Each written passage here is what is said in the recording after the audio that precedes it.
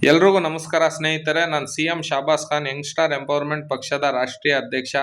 ಈ ವಿಡಿಯೋ ಮಾಡೋ ಉದ್ದೇಶ ಏನಂತ ಹೇಳಿದ್ರೆ, ಈ ಬಾರಿ ದಾವಣಗೆರೆ ಚುನಾವಣೆಯಲ್ಲಿ ನಾನು ಅಭ್ಯರ್ಥಿಯಾಗಿ ಸ್ಪರ್ಧಿಸಿದ್ದೆ.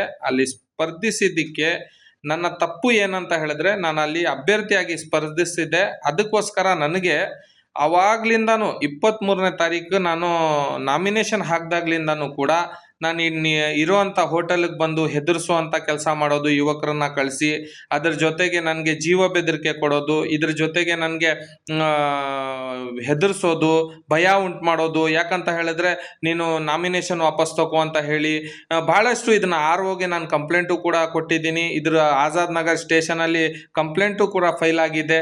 ಇದೆಲ್ಲ ಇರಬೇಕಾದ್ರೆ ನನ್ನ ಬಗ್ಗೆ ಅಪಪ್ರಚಾರ ಮಾಡೋದು, ವಿಡಿಯೋ ಮಾಡಿ ಹಾಕೋದು. ಈಗ ನಿನ್ನೆ ರಾತ್ರಿ ನನ್ನ ಮೇಲೆ ಮಾರಣಾಂತಿಕ ಹಲ್ಲೆ ಆಗಿದೆ. ಮಾರಣಾಂತಿಕ ಹಲ್ಲೆ ಆಗಕ್ಕೆ ನಾನು ಏನು ಯಾರ್ದು ಪ್ರಾಪರ್ಟಿ ಹೊಡ್ಕೊಂಡಿಲ್ಲ, ಯಾರ ಮನೆ ಹಾಳು ಮಾಡಿಲ್ಲ, ಯಾರಿಗೂ ನಾನು ಹೋಗ್ಬಿಟ್ಟು ಅಲ್ಲಿ ಯಾರಿಗೂ ಕೂಡ ಡಿಸ್ಟರ್ಬು ಮಾಡಿಲ್ಲ, ತೊಂದರೆನೂ ಕೊಟ್ಟಿಲ್ಲ. ಇವತ್ತು ನೋಡಿ ನನಗೆ ಇಲ್ಲೆಲ್ಲ ಹೊಡೆದು, ಇಲ್ಲೆಲ್ಲ 3 ಟಾಕೆ ಹಾಕಿ ಬಹಳಷ್ಟು ರೀತಿ ನನಗೆ ತೊಂದರೆ ಉಂಟು ಮಾಡಿದ್ದಾರೆ.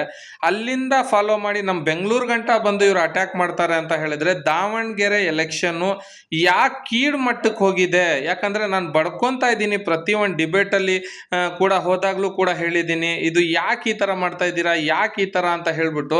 ಆದರೆ ಯಾರೂ ಕೂಡ ಕೇಳೋರಿಲ್ಲ. ಒಬ್ಬ ಅಭ್ಯರ್ಥಿಯ ಧ್ವನಿ ಆಗೋರೇ ಇವತ್ತು ಇಲ್ವಾ, ಅಥವಾ ಧ್ವನಿ ಆಗೋದೇ ಕಷ್ಟನ ಇವತ್ತು? ಈಗಿನ ಕಾಲದಲ್ಲಿ ಈಗ ನನಗೆ ಹಿಂಗೆ ಮಾಡಿದ್ಮೇಲೆ, ನಾನು ಪಕ್ಷದ ಯಂಗ್ಸ್ಟಾರ್ ಎಂಪವರ್ಮೆಂಟ್ ಪಕ್ಷದ ರಾಷ್ಟ್ರೀಯ ಅಧ್ಯಕ್ಷ, ನನ್ನನ್ನು ನೋಡಿಕೊಂಡು ಬೇರೆಯವ್ರು ಯಾರಾದರೂ ಕೂಡ ಈ ಪ್ರಜಾಪ್ರಭುತ್ವದಲ್ಲಿ ನಂಬಿಕೆ ಇಡ್ತಾರ? ಯಾಕೆ ಈ ಥರ ಮಾಡ್ತಾ ಇದ್ದಾರೆ?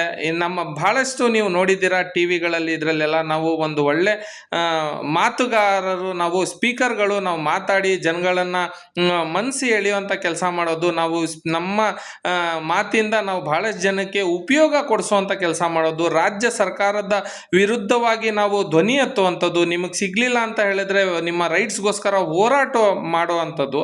ಆದರೆ ನಮ್ಮ ಮೇಲೇ ಮಾರಣಾಂತಿಕ ಹಲ್ಲೆ ಮಾಡಿಸಿ ನನಗೆ ಈ ಮಟ್ಟಕ್ಕೆ ಇವತ್ತು ನಾನು ಹಾಸ್ಪಿಟ್ಲಲ್ಲಿ ಅಡ್ಮಿಟ್ ಆಗಿ ಈ ವಿಡಿಯೋ ಮಾಡ್ತಾ ಇದ್ದೀನಿ. ಯಾಕಂತ ಹೇಳಿದ್ರೆ, ನಾನು ಭಾಳ ತೊಂದರೆ ಅನುಭವಿಸಿದ್ದೀನಿ.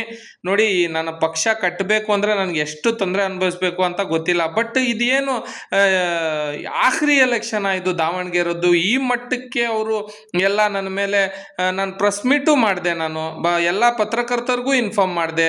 ಯಾಕಂತ ಹೇಳಿದ್ರೆ, ಈ ಸಮಾಜದಲ್ಲಿ ಒಂದು ಹೋಗಲಿ ಅಂತ. ನನಗೆ ಮಾರಣಾಂತಿಕ ಹಲ್ಲೆ ಮಾಡಿ ನನ್ನ ಮೇಲೆ ಬಂದು ಅಟ್ಯಾಕ್ ಮಾಡಿ ಇಷ್ಟೆಲ್ಲ ಮಾಡಿದಾರಂದರೆ